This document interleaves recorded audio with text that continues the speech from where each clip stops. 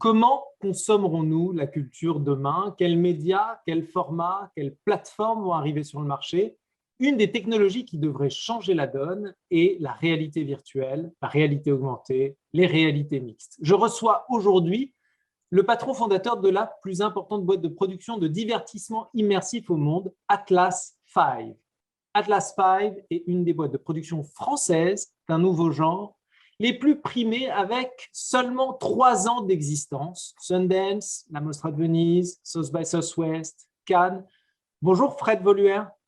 Bonjour Michel. Alors pourquoi êtes-vous si connu aux États-Unis et pas en France? Alors, tout de suite, une très grosse question. Pourquoi est-on si connu aux États-Unis et pas en France? Écoutez, je crois qu'au départ, il y a cette idée qu'on voit souvent revenir en France que on oppose les broadcasters, les chaînes de télévision, aux streamers. Et on a l'impression que la bataille du divertissement, c'est est-ce que toutes les chaînes de télé vont devenir un jour Netflix ou Amazon? Or, pour moi, cette bataille-là, c'est la bataille, je pourrais appeler la bataille de la 4G. C'est la bataille d'une génération où en fait on découvre la possibilité de l'ADSL et des hauts débits qui nous amènent vers une diffusion plus rapide de contenu rendu vidéo. La bataille qu'on est en train de mener, nous, chez Atlas 5, c'est plutôt celle de la 5G ou du Wi-Fi 6. C'est celle en fait, qui va faire que les processeurs vont inexorablement se rapprocher de nous, la technologie va se miniaturiser au point de rentrer dans des lunettes qui ne sont pas plus épaisses que les vôtres, qui vont faire entre 100 grammes et 150 grammes, et qui vont en fait être capables de se mettre en lien avec des processeurs dans le cloud, qui vont vous permettre de voir des choses en réalité virtuelle, en réalité augmentée, des hologrammes, des contenus dans l'espace. Alors très concrètement, quel est votre métier et est-ce que vous pouvez nous montrer quelques-unes de vos productions? Bien sûr, je vais vous montrer tout de suite quelques-unes des productions. Le métier, quel est mon métier? Notre métier, en fait, on l'invente un petit peu toujours, un petit peu tous les jours. Mais ce que je peux vous dire sur ce qui nous rassemble chez Atlas 5, c'est qu'en fait, c'est un point de départ, c'est l'histoire. C'est l'histoire que, je ne sais pas si vous vous souvenez, quand vous aviez 5 ans, vous étiez sur les genoux de vos grands-parents, qu'on vous racontait des histoires, et on vous disait qu'en fait, vous allez devenir une petite fourmi et que vous allez vous enfuir sous l'oreiller, que vous allez découvrir quelque chose. On vous disait que si vous ouvrez la fenêtre, d'un coup, vous allez pouvoir vous envoler. On vous disait qu'il y aurait un monde magique auquel vous alliez pouvoir accéder en ouvrant votre placard. En fait, au-delà de la technologie, au-delà de tout ce qu'on vient de se dire, ce qui nous intéresse à nous, c'est vraiment la création de monde. Et d'ailleurs, c'est une tendance qu'on retrouve globalement, la création de monde, dans le divertissement. Vous avez à l'écran aujourd'hui un lieu qu'on appelle Miaoulf, qui est en fait un lieu dans lequel les gens vont se retrouver pour avoir une expérience divertissante grâce à des projections, vont aussi parler entre eux. C'est l'aspect social, c'est finalement une vision du divertissement qui était une vision d'une certaine manière anonymisante, où on était assis dans le noir et on regardait un écran qui nous donnait des choses, qui nous nourrissait, où on s'oubliait, à une vision du divertissement active dans laquelle on voit des choses, à nous entoure, on se prend en photo dedans, on prend des selfies, on a une relation avec le divertissement. On est en fait en train de passer d'un divertissement qui nous disait « oubliez-vous » à un divertissement qui nous dit « aimez-vous ». Et en fait, toute la chaîne va être impactée par ça. Et nous, on a très vite compris que la seule façon de finalement parler, d'inventer ces histoires et d'emmener les gens dans ses rêves, c'était de s'intéresser au point de départ de ce qu'était la création. Et en fait, la création, au départ, c'est des humains. C'est des humains. Les premiers hommes, si vous leur donnez un bout de charbon, vous les mettez dans une grotte, ils vont faire Chauvet. Si vous nous donnez un peu de peinture, on va se mettre à faire des œuvres d'art. Si vous nous donnez du métal, ça va être la Tour Eiffel. Et en réalité, la prochaine frontière, que c'est celle qu'on a identifiée, celle qui nous intéresse le plus, c'est la frontière du code. On pense que c'est là les grandes batailles vont pouvoir se dérouler, notamment compte tenu des évolutions dont on a parlé ensemble, qui sont la capacité de faire du processing d'informations rapides au niveau des lunettes, au niveau des terminaux qu'on aura autour de nous. Et je vais vous raconter un peu des histoires sur comment on en est venu finalement à développer ces histoires-là et quelles histoires. Et en fait, ces histoires, c'est toujours des histoires de rencontres. On a rencontré autour de ce projet qui s'appelle Battlescar, il y a quelques mois, des créateurs qui sont Nico et Martine, qui sont deux créateurs argentins et vénézuéliens. Ces créateurs argentins et vénézuéliens viennent nous dire, nous, en fait, ce qui nous intéresserait, c'est de raconter des histoires sur la façon dont le punk est né à New York à la fin des années 70.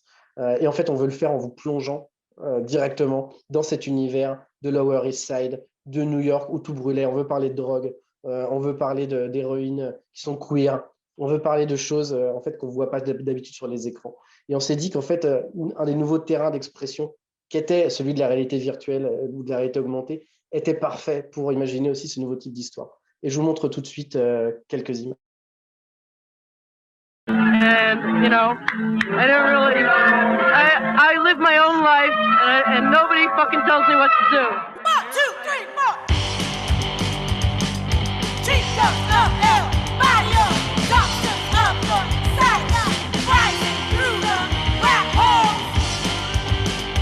Breaking news, breaking news, breaking news. Shower in the gutter, ask for some gas, grab, push, burning. Breaking news, breaking news, breaking news, breaking, breaking news.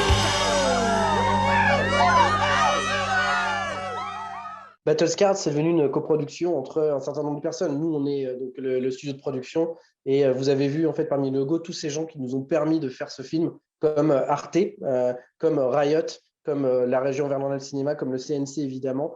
En fait, voilà, toutes en fait, ces différentes organisations qui sont intéressées pour investir dans l'innovation, dans le storytelling. Google aussi a fait partie de l'expérience Battlescar.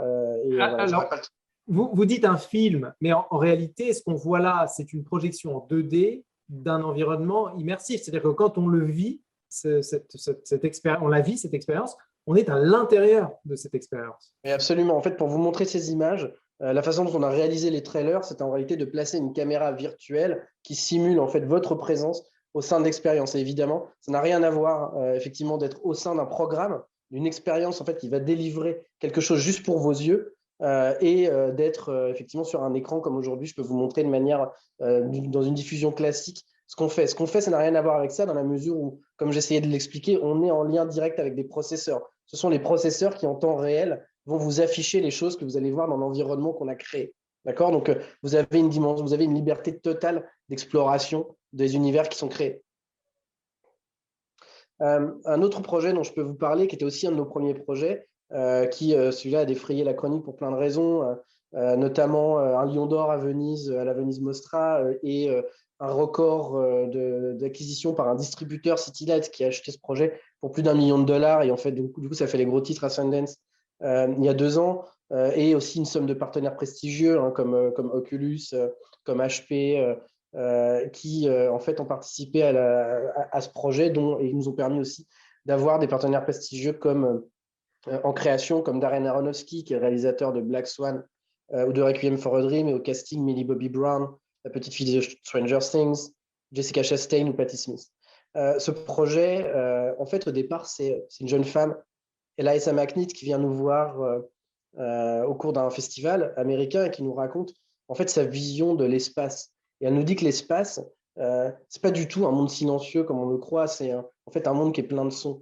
Et si en tant qu'être humain, on s'est toujours rapporté à l'espace, on a toujours regardé pour essayer de comprendre notre place dans l'univers, en fait, peut-être pour la première fois, nous, en tant qu'humains, on va pouvoir vraiment se projeter vers lui et aller faire l'expérience de la musique de l'univers, aller mettre notre tête dans les planètes, aller jouer, aller surfer sur les anneaux de Saturne, aller jouer dans un champ d'astéroïdes. Et ça, c'est ce que aussi permet les types de technologies qu'on est capable de faire. Je vais vous montrer quelques images de Spheres aussi.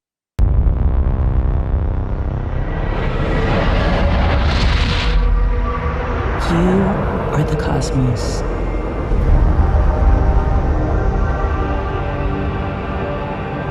Reach out and feel the universe.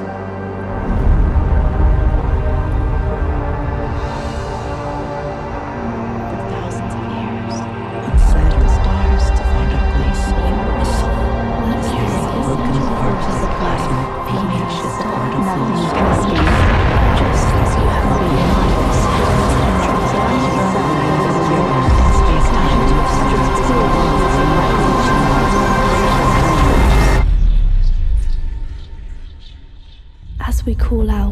into the dark beyond, what strange echoes shall reply?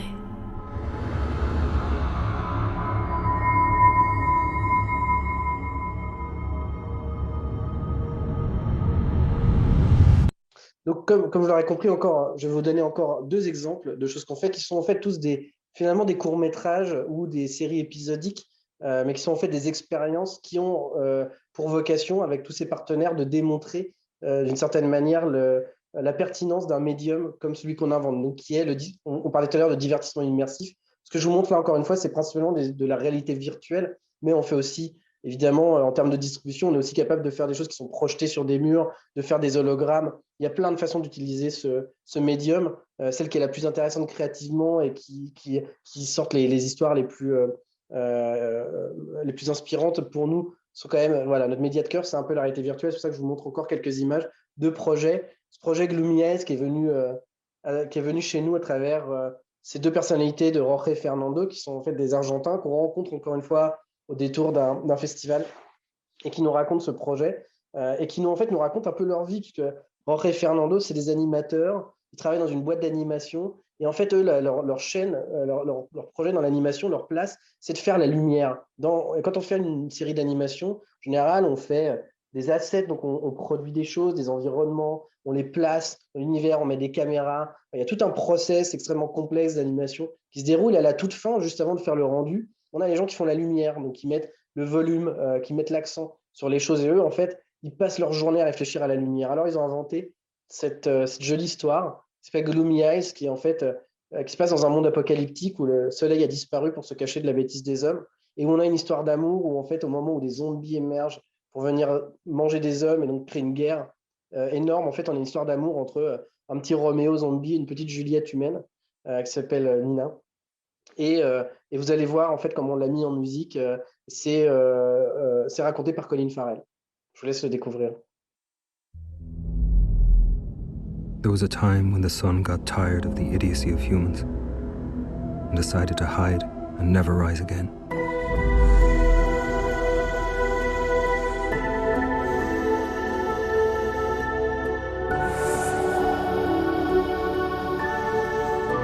And war broke out between the living and the dead.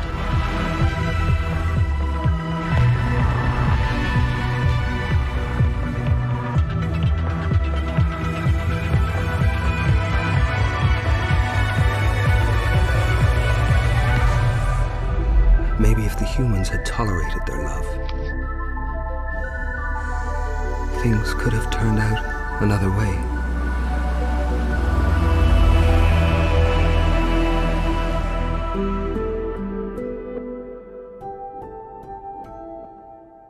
Et enfin, je vous parle d'un dernier projet donc les projets précédents sont tous distribués, sont disponibles sur l'Oculus Store aujourd'hui, qui est le store de réalité virtuelle et certains aussi également sur Steam, qui est la plateforme de jeux vidéo que vous connaissez. Celui-là, c'est un documentaire qui est en production actuellement et qui est également aussi coproduit avec Arte, comme Gloomy Eyes ou Battlescar. Je vous montre quelques images de ce projet qui est en fait un projet sur la prolifération nucléaire qui nous a été amené par Princeton. Et l'idée, c'est de se mettre dans la peau de personnes qui reçoivent des messages en leur disant « il y a un missile balistique qui arrive et vous avez 38 minutes pour trouver un abri anti-atomique ».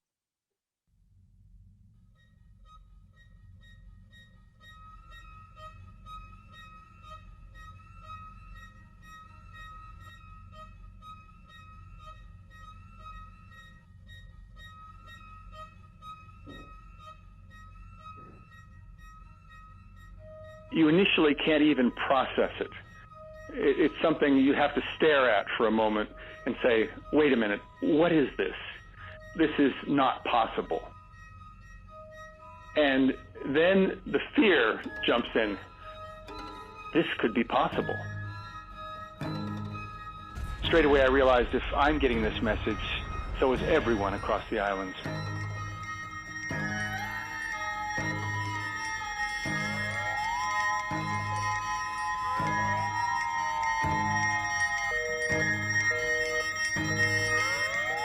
There was this impulse, first to be with loved ones. If people were with their kids, it was Where do we go to protect them? How do we protect them? Our girls are 7 miles away, and Bruce said, I don't know if this is real or not, but I need to be with them.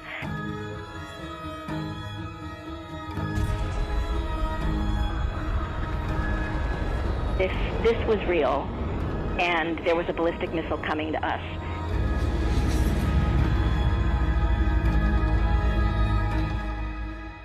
I would probably never see him again.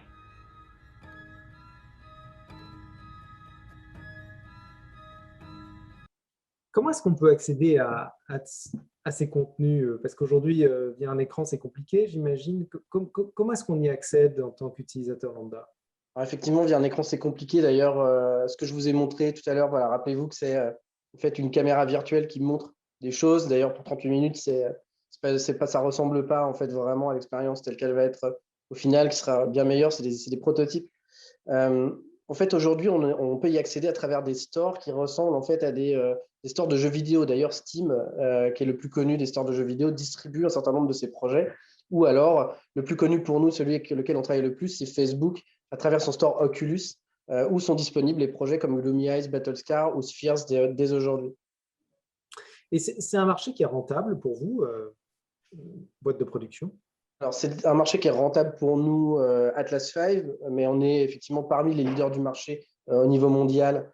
Et ce n'est pas forcément le cas de l'ensemble des sociétés qui nous entourent. Et notamment, la plupart de nos concurrents ont vraiment, eux, sont très souvent dans des cycles de levée de fonds qui permettent de financer leur activité. C'est le cas de tous nos concurrents américains qui, en fait, ont parfois levé jusqu'à plusieurs dizaines de millions de dollars pour faire ce même métier. On a un écosystème un petit peu différent en France et en Europe, qui nous permet de ne pas passer totalement par ce même écosystème et par ces mêmes moyens de financement. Mais effectivement, c'est rentable pour nous, ça l'est moins dans l'ensemble, mais ce qu'on souhaite, c'est qu'il y ait au moins 10 Atlas V qui existent en France ou en Europe pour continuer à faire grossir la qualité de la création sur ces médias immersifs. Dernière question, Fred, sur la maturité de ce marché. Est-ce qu'on commence à apercevoir l'acteur qui pourrait faire ce pas qu'a fait par exemple Apple avec l'iPod qui a littéralement démocratisé la musique en ligne, ou bien l'iPhone, ou bien la tablette? Est-ce que ces fameuses lunettes grand public vont arriver rapidement et qui pourrait les sortir? Alors, je pense que la réponse est évidemment un petit peu dans la question. Ce qu'on sait, on n'a évidemment pas le droit de communiquer tous les projets sur lesquels on peut travailler aujourd'hui, mais évidemment, ce qu'on sait, c'est qu'un certain nombre d'acteurs de la Silicon Valley, dont ceux que vous avez cités, travaillent sur ces sujets. Il y a des articles qui sont sortis assez récemment sur tout ce qui se passe chez Apple ou chez Facebook, chez qui une proportion importante de la force de travail se situe sur le média immersif, la réalité virtuelle, la réalité augmentée. Je pourrais dire qu'il y a un consensus quand même autour de cette idée dans la Silicon Valley que le téléphone portable, c'est un peu un modèle dépassé. C'est-à-dire qu'on n'a pas vraiment envie de continuer à taper des choses sur un petit écran qui fait 5 pouces. On a plutôt envie d'avoir des choses autour de nous qu'on a l'impression de pouvoir toucher, attraper, et avec lesquelles on peut avoir une relation.